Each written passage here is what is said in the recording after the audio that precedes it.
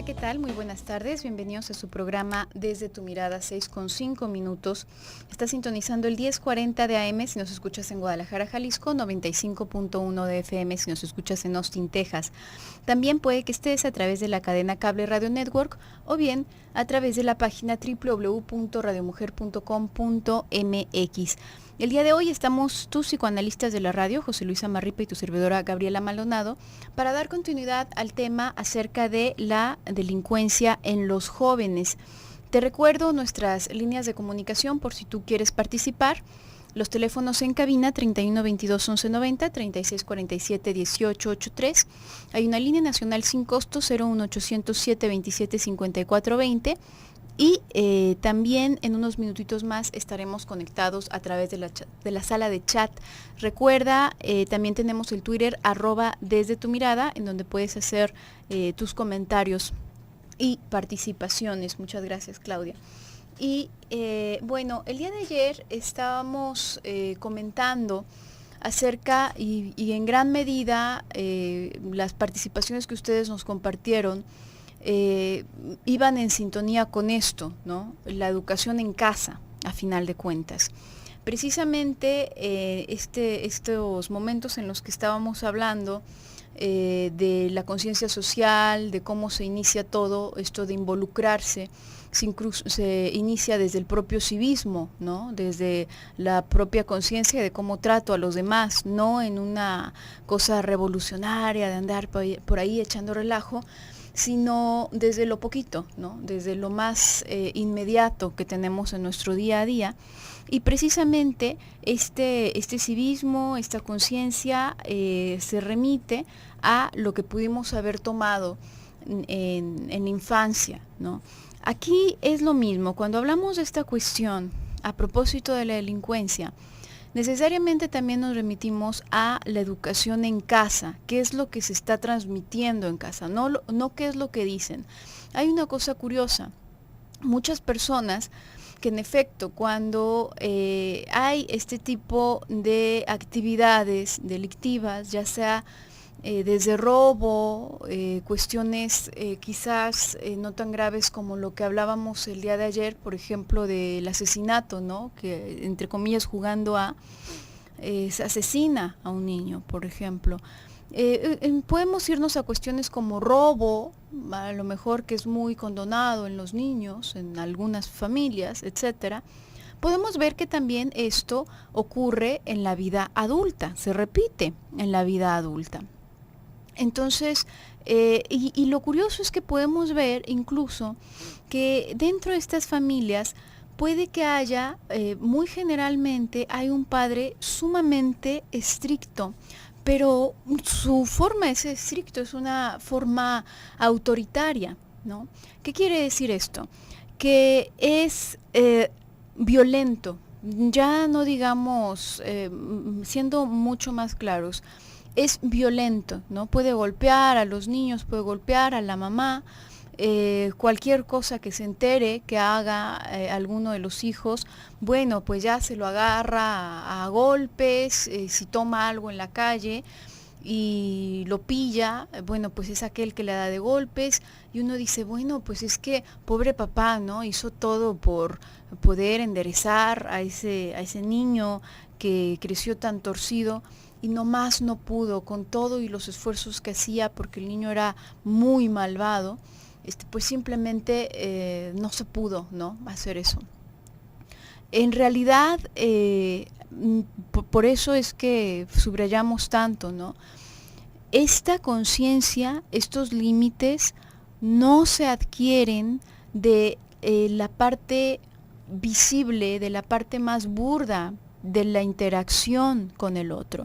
Yo le puedo decir al otro, hay cosas que no debes de hacer. Por ejemplo, vamos a ver este papá excesivamente autoritario, ¿no? Este papá violento, que aparentemente, bueno, pues se suena al hijo cada vez que hace algo incorrecto, cada vez que le habla mal o que saluda feo a la abuela, cada vez que lo pilla que ha tomado algo, etcétera, etcétera, etcétera. Uno podría decir qué señor tan recto. Pero si este señor en casa golpea a unos niños que son sus hijos y a una mujer que es su esposa, pues ¿qué tiene de congruente este señor? Este señor no tiene límites, no tiene una conciencia de lo que se debe de hacer, lo que no se debe hacer, de respeto tampoco respeta a las mujeres. ¿Con qué cara ridícula le va a pedir al niño que salude y que sea educado con las mujeres cuando él golpea a la mamá? Es una cosa verdaderamente absurda.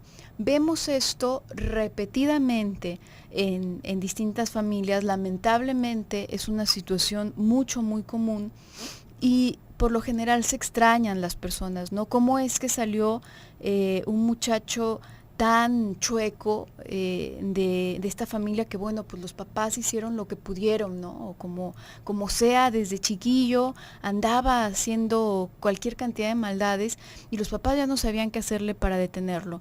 No es lo que podemos hacer para detener al otro, es lo que podemos hacer para detenernos a nosotros mismos, para poder tener algo bueno que ofrecerles. Si no tenemos nada bueno que ofrecerles, van a tomarlo de nosotros. Verdaderamente son estas las estructuras que se adquieren, son estas las estructuras que educan al otro, no lo que yo te diga explícitamente, sino lo que implícitamente te estoy transmitiendo con mi forma de ser, con mi trato en general, ¿sí? Entonces, aquí hablábamos también, por ejemplo, el día de ayer, acerca de el dilema del reformar, ¿no?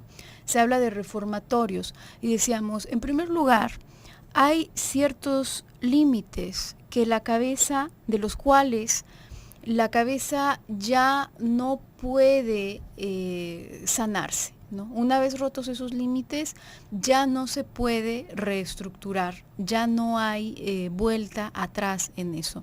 Y hablábamos de cosas muy específicas como por ejemplo la cuestión del asesinato, ¿no? Si ha ocurrido esto, esa cabecita ya está condenada, verdaderamente esa cabecita ya está condenada. No hay nada que se pueda hacer más adelante para reformarla de tal forma que esa puerta no vaya a seguir constantemente abierta, lo cual pone a las personas y a la sociedad ante un dilema importante, ¿no? ¿Y qué va a pasar ahí? ¿Cadena perpetua? Entonces, para los niños que lleguen a incurrir en este tipo de delitos, para los menores que lleguen a incurrir en este tipo de delitos, esto verdaderamente como enchina la piel, ¿no? Y cuestiona. Entonces, ¿qué se tendría que hacer en ese tipo de casos? Verdaderamente, más que pensar en reformar, lamentablemente es muy fácil romper algo, ¿no? Estropear algo es muy sencillo. Hacer algo bien es muy complicado, es sumamente complicado educar a alguien bien, educarlo para que vaya de una forma recta, para que vaya de una forma derecha, es complicado.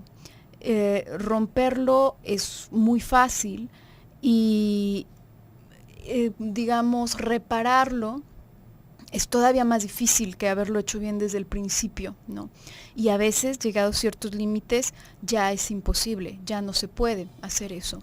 Entonces, ahí verdaderamente va más bien, creo, lo importante sería dirigirse hacia la posibilidad no de reparar, sino de evitar ese tipo de daño, ¿no? De prevenir.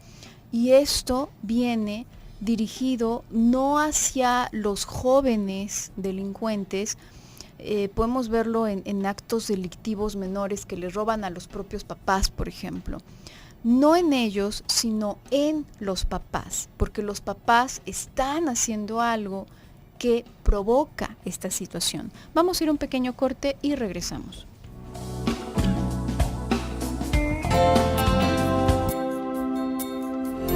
Regresamos a tu programa Desde tu Mirada, 6:19. Estamos hablando acerca de jóvenes delincuentes el día de hoy.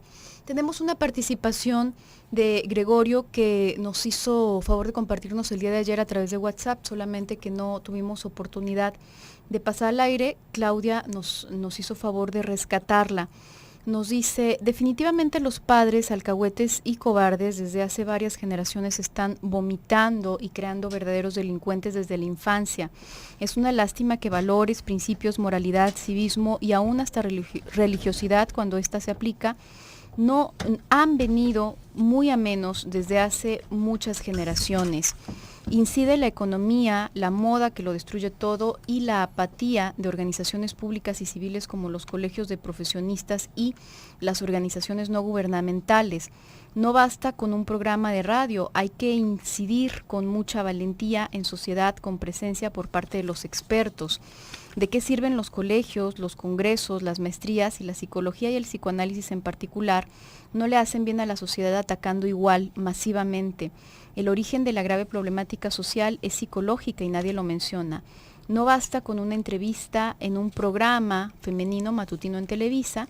No hay inimputabilidad ante un delito o crimen, ni aún en un retrasado mental. No saben qué hacen, te lo demuestran en otras cosas de su vida cotidiana. Esto no lo entiendo muy bien. Me imagino que te refieres que saben qué hacen, ¿no? Dices, conozco 2 niñas, una se prostituyó y la otra fue internada en un manicomio. La mamá, cobarde e incompetente, era psicóloga. Gracias. Fíjate, Gregorio, aquí tú hablas de distintos aspectos. Por un lado, hablas de la crianza con los padres, hemos hecho referencia a esto. La cuestión de que se trata de algo psicológico, por supuesto que se hace mención de esto, ¿no? Y esto es algo que tiene que remarcarse. No es que haya personas malvadas y luego haya personas enfermas, ¿no? Definitivamente alguien que llega a incurrir cierto tipo de delitos necesariamente tiene un daño psicológico, lo cual no lo hace inocente, lo cual no justifica, desde mi punto de vista, porque habrá diversos puntos de vista, no justifica el hecho de que haga determinadas cosas. Por aquí nos pones también acerca de del atacar masivamente. Aquí hay algo importante.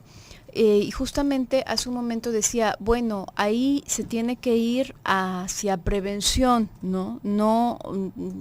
Al ya pensar en resolver algo dañado es mucho, mucho más complicado, porque además nos tenemos que ir a las generaciones anteriores, nos tenemos que ir a las personas que los educaron, etcétera, etcétera, etcétera. Y aquí hay algo, cuando hablamos de este tipo de malestares, no se puede, la manera en la que se podría actuar masivamente es quizás con programas sociales que facilitan la atención psicológica, por un lado, y al momento de difundir la información. No se puede hacer mucho más que eso. ¿Por qué?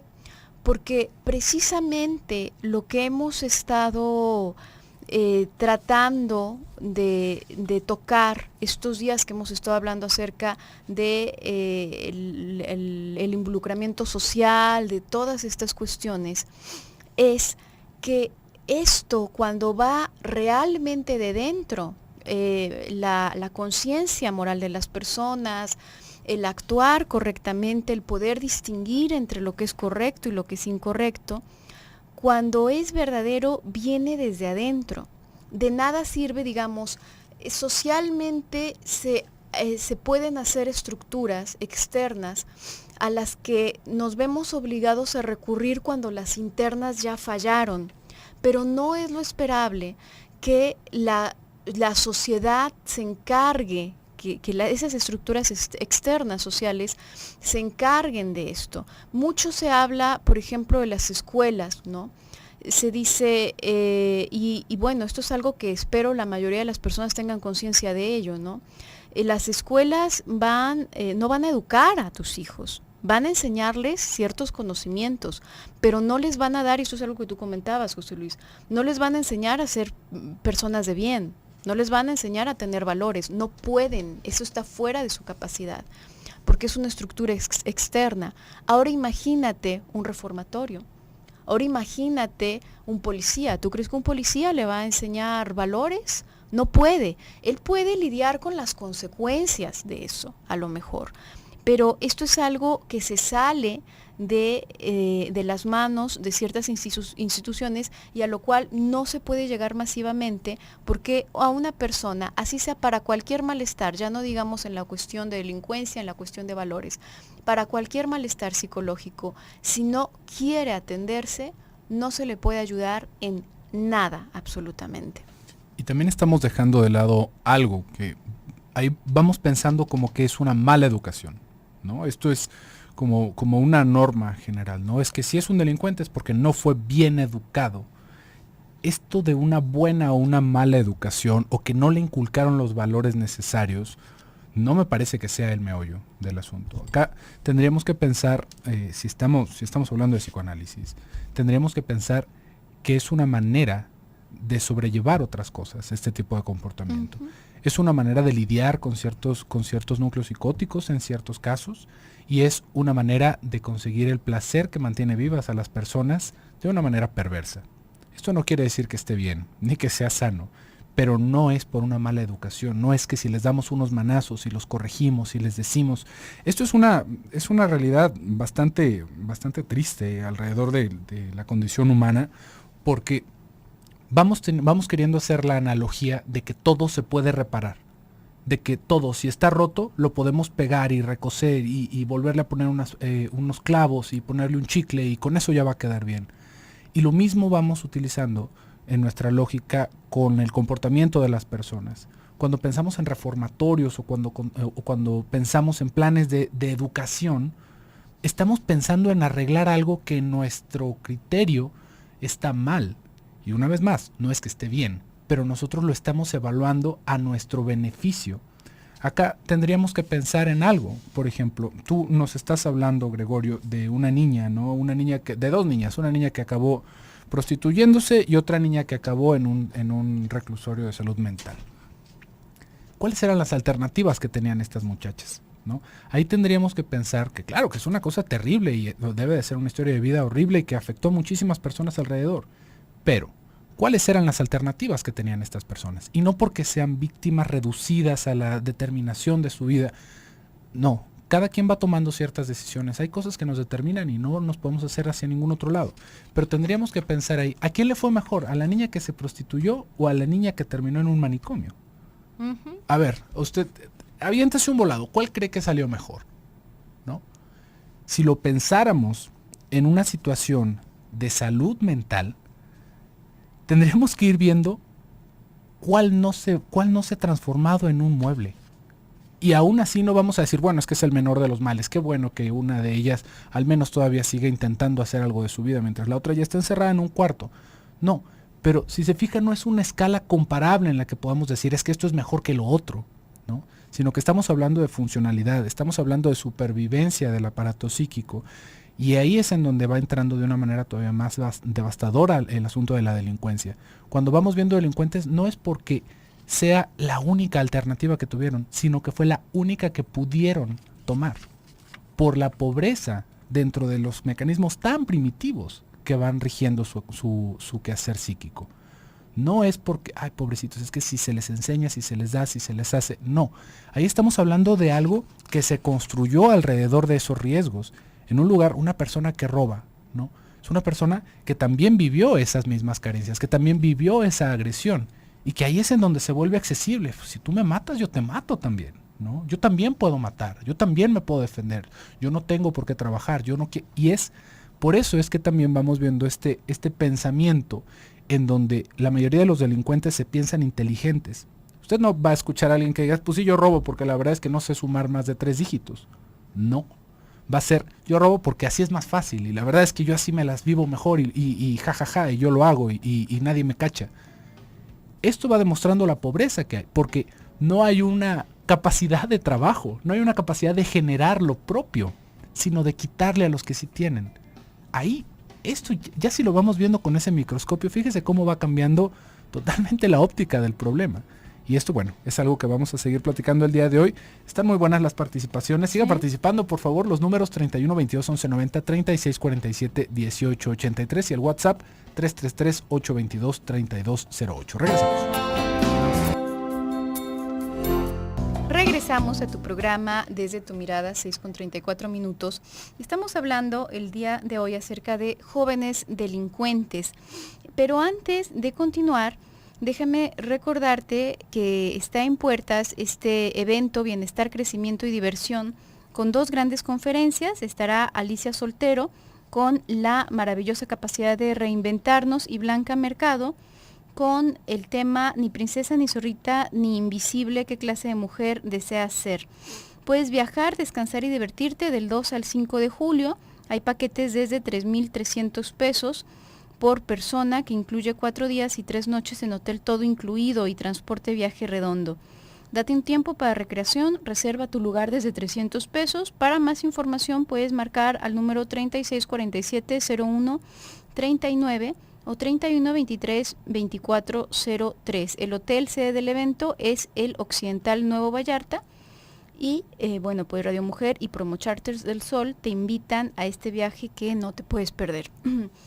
Para que tengas ahí eso en cuenta. Y tenemos más participaciones por aquí. Araceli nos está dando como la continuación de una participación probablemente del día de ayer. Dice Gaby, me refería ayer a que los padres no saben poner límites por falta de conocimiento de qué es el respeto, la responsabilidad, la honestidad.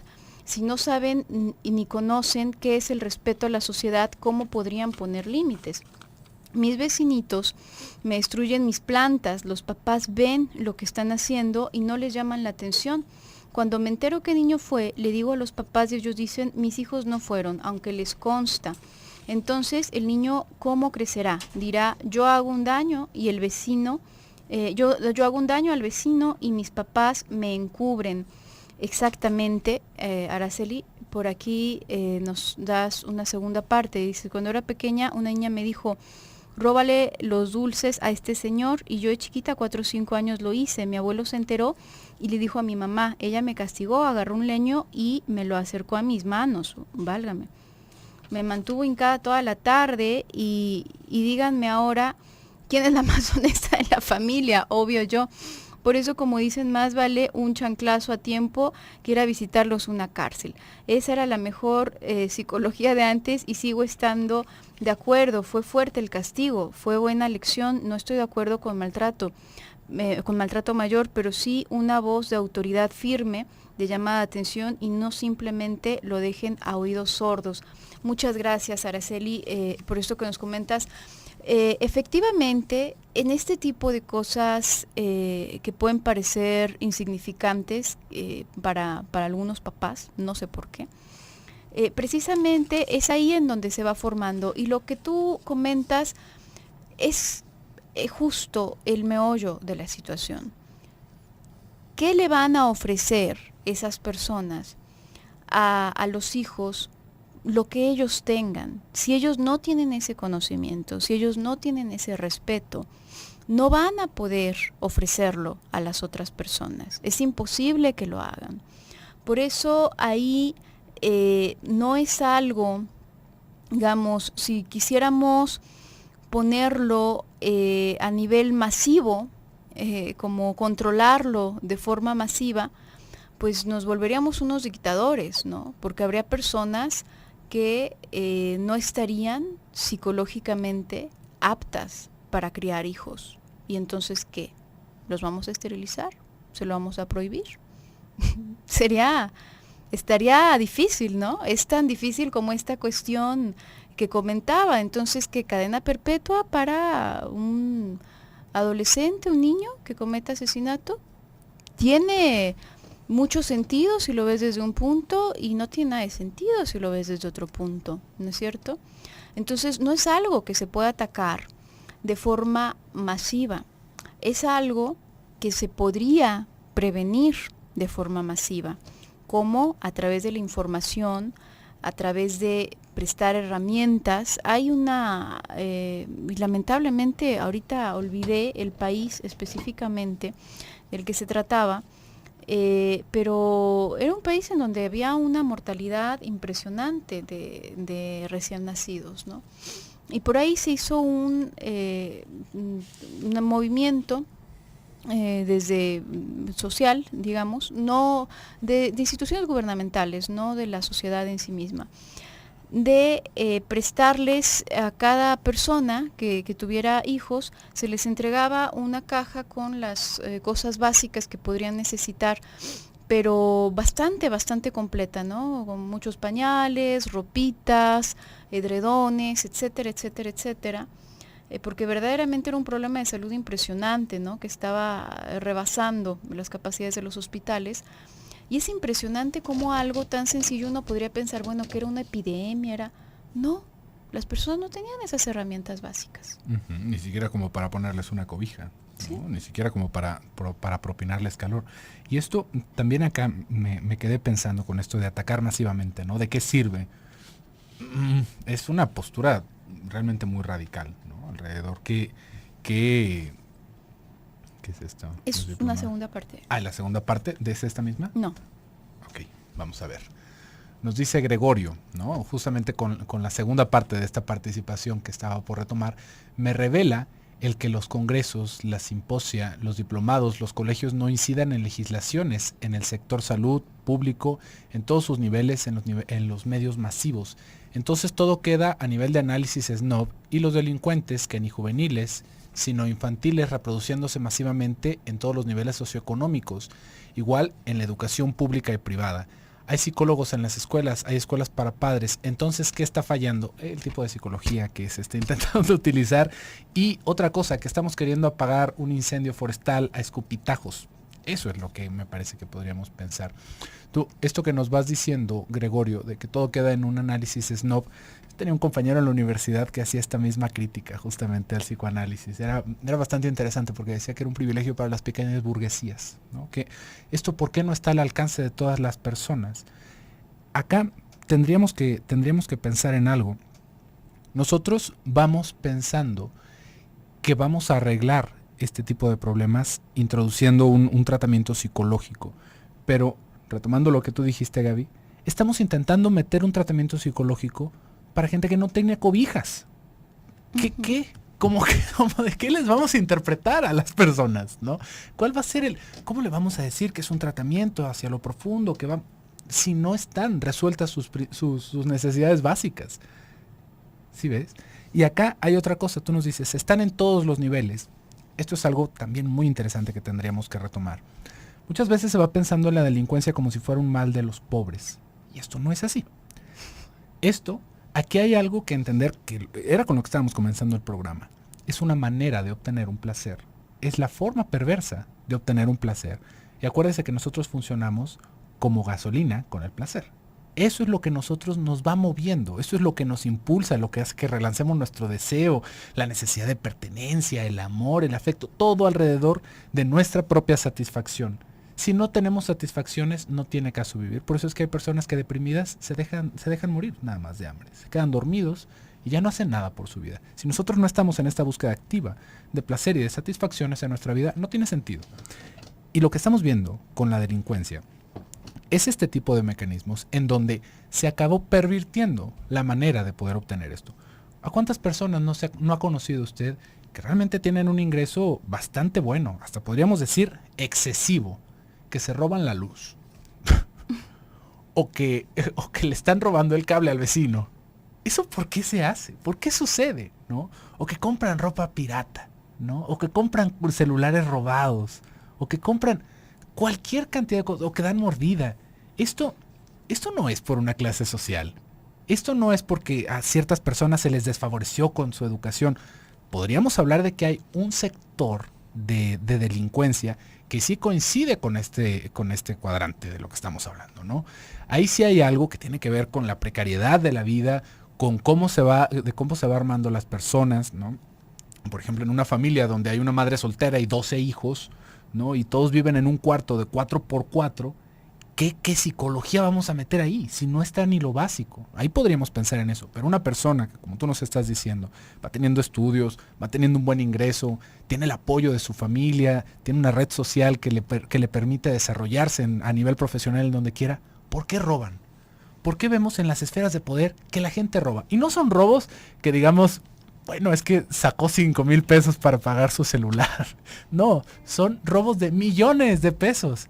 ¿En qué se los gastan? Esa es una pregunta que yo nomás no acabo de entender. ¿Se van a morir sin terminárselos de gastar? Fulano de tal hizo un fraude con el banco de no sé dónde y se llevó $200 millones. ¿En qué se va a gastar $200 millones ese señor? ¿No? O sea, evidentemente que podríamos decir en cosas, pero ¿realmente los va a disfrutar? Ahí es en donde vamos a ver cuál es este mecanismo y cómo no tiene que ver nada más con la educación, sino justamente con la interiorización de la ley. Vamos a ir a un pequeño bloque comercial y regresamos.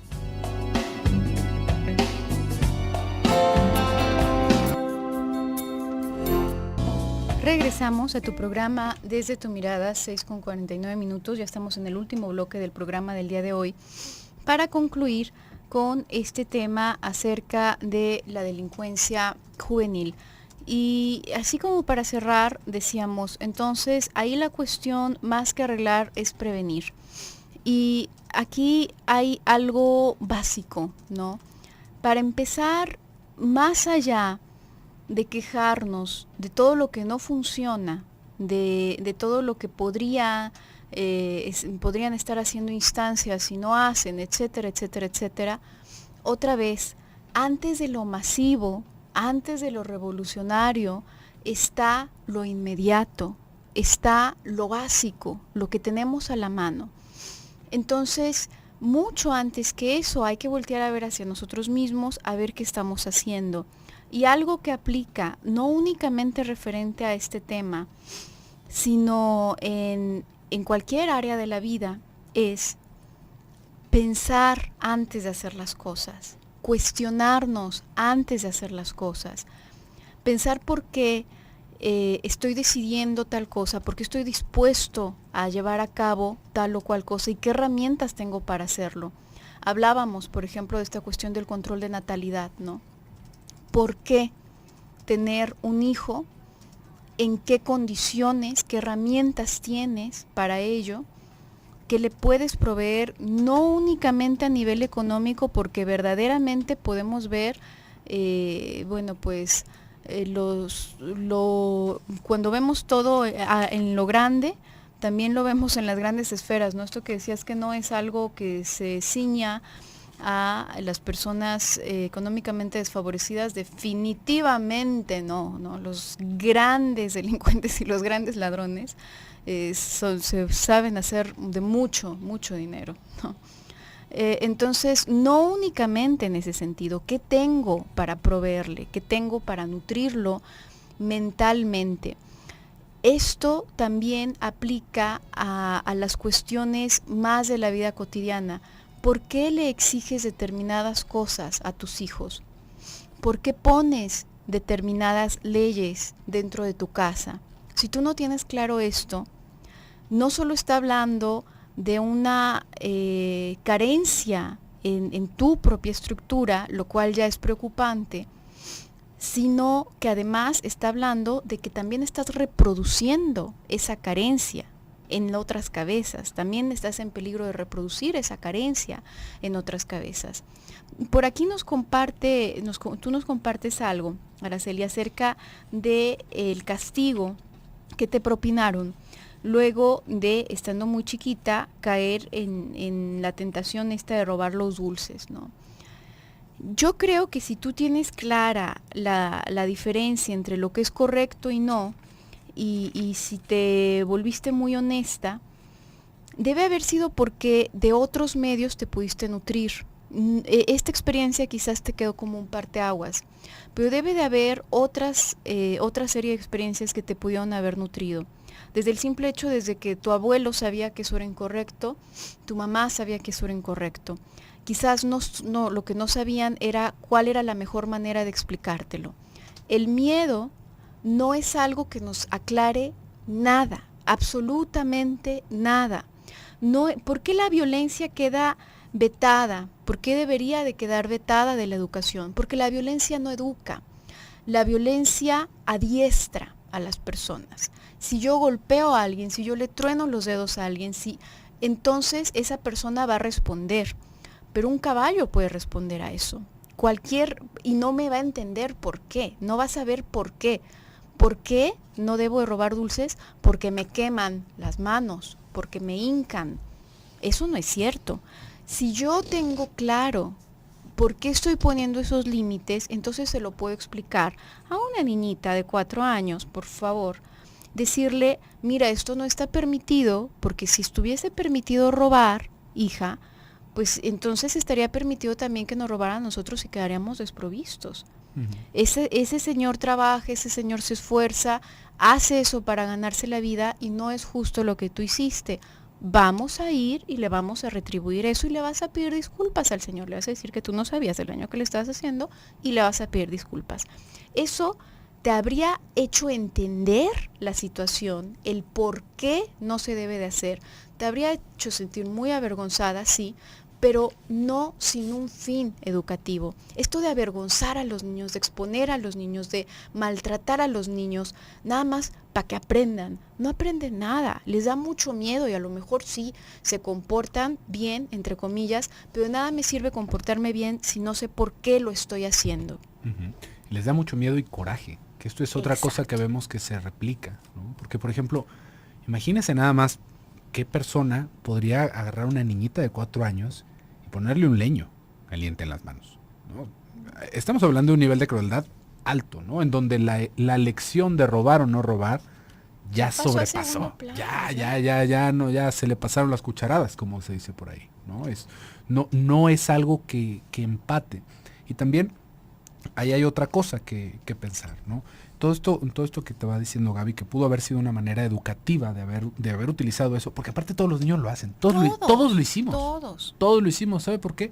Pues somos changuitos, cuando estamos porque pequeñitos, no teníamos idea. Y teníamos idea, posiblemente, y nos pareció una buena alternativa. Decimos, igual y me salgo con la mía. Y por eso es que tenemos padres. Para eso tenemos a los padres, no para que nos acerquen nada más. Hay un plato de cereal, para que nos digan que eso no está bien. Y acá hay otra cosa. Uno podría decir, bueno, pero es que un niño de 4 años, un niño de 3 años, ¿qué va a entender? En ese momento no lo va a entender. Pero fíjese, ¿qué es lo que está detrás de todo el digamos, como el proceso de domesticación que vamos teniendo hacia la sociedad? Todo esto va a que vamos a perder el afecto de las personas que nosotros queremos y que son lo más importante para nosotros. Ese es el primer, digamos que ese es como el primer tique que no se quiere pasar. No es porque me vayan a quemar las manos, porque si me queman las manos, ¿no? Igual, como ya después escuchamos el descaro, ¿no? Y lo bailado, ¿quién me lo quita, no? Ya que me castigaron, de todas maneras ya lo hice. Más vale pedir perdón que pedir permiso. Más vale pedir perdón. Y esto, ahí está otra vez. Como esos castigos tal vez puedan funcionar para un caballo, tal vez podamos adiestrar a un perro de esa manera, y que tampoco ni siquiera es la mejor manera de hacerlo. Pero una persona ya con un aparato psíquico elaborado, que pueda ver más allá de nuestra intención sádica de lastimarlo, nos va a decir, pues igual y me da 2, 3 golpes, igual y me saco unos moretones, se van a quitar, tarde o temprano. Yo hice lo que quise. ¿Por qué? Porque una vez más, el primer punto es alcanzar ese gusto. Pero si nos va quedando esta relación en el que si yo hago eso, voy a perder el afecto, que para mí es todo, que a final de cuentas se va acomodando con la propia educación, ahí es en donde está el peligro. Y eso es lo que nos acaba, digamos, como haciendo de la sociedad, agarrándonos de la sociedad. ¿Por qué? Porque yo quiero que me quieran. Todos queremos que nos quieran. Y también queremos personas para quererlas a ellas, a nuestro alrededor. Por eso es que es un castigo tan horrible que nos metan a la cárcel. Porque uno puede decir, bueno, los meten a la cárcel y de todas maneras siguen haciendo. Es una de las peores cosas que le pueden hacer a una persona. Y es una de las peores cosas todavía más cuando se les mete en aislamiento. Esto destruye la cabeza. No es un castigo nada más. Esto ya es algo para devastar, para erosionar la cabeza. Así como en épocas victorianas se practicaban lobotomías para hacer tonta a la gente y que fueran más dóciles y que se pudieran tener sentados babeándose el regazo en un jardín. Es una cosa similar esto de encerrarlos, nada más que no lo queremos ver tan de cerca. Pero ahí el punto es que ese tendría que ser el peligro, ese es el intercambio, y no porque sea la amenaza sino porque a final de cuentas yo quiero ese afecto. A final de cuentas yo quiero ser aceptado, y si para ser aceptado tengo que asir estas reglas, tengo que añadirme a esta ley, la tengo que entender y representar, eso es lo que voy a hacer. Si no, no hay forma. Si nos dicen en nuestra casa, aquí no nos podemos decir mentiras, pero afuera las que quieras, aquí en casa nadie se roba, pero afuera quien tú quieras, eso no funciona, no acomoda de esa manera. ¿Por qué? Porque ya se va pasando hacia todos lados esta misma concepción. Ya no se puede vivir separado en ese sentido. Y bueno, pues por el día de hoy se nos ha terminado el tiempo. Muchísimas gracias por el favor de su atención. El día de mañana vamos a continuar con un tema, el bullying, el acosador y el acosado, que también se va uniendo un poquito con este tema, así que no deje de sintonizarnos en punto de las 6 de la tarde. Yo me despido, soy José Luis Amarripa. Soy Gabriela Maldonado, hasta luego.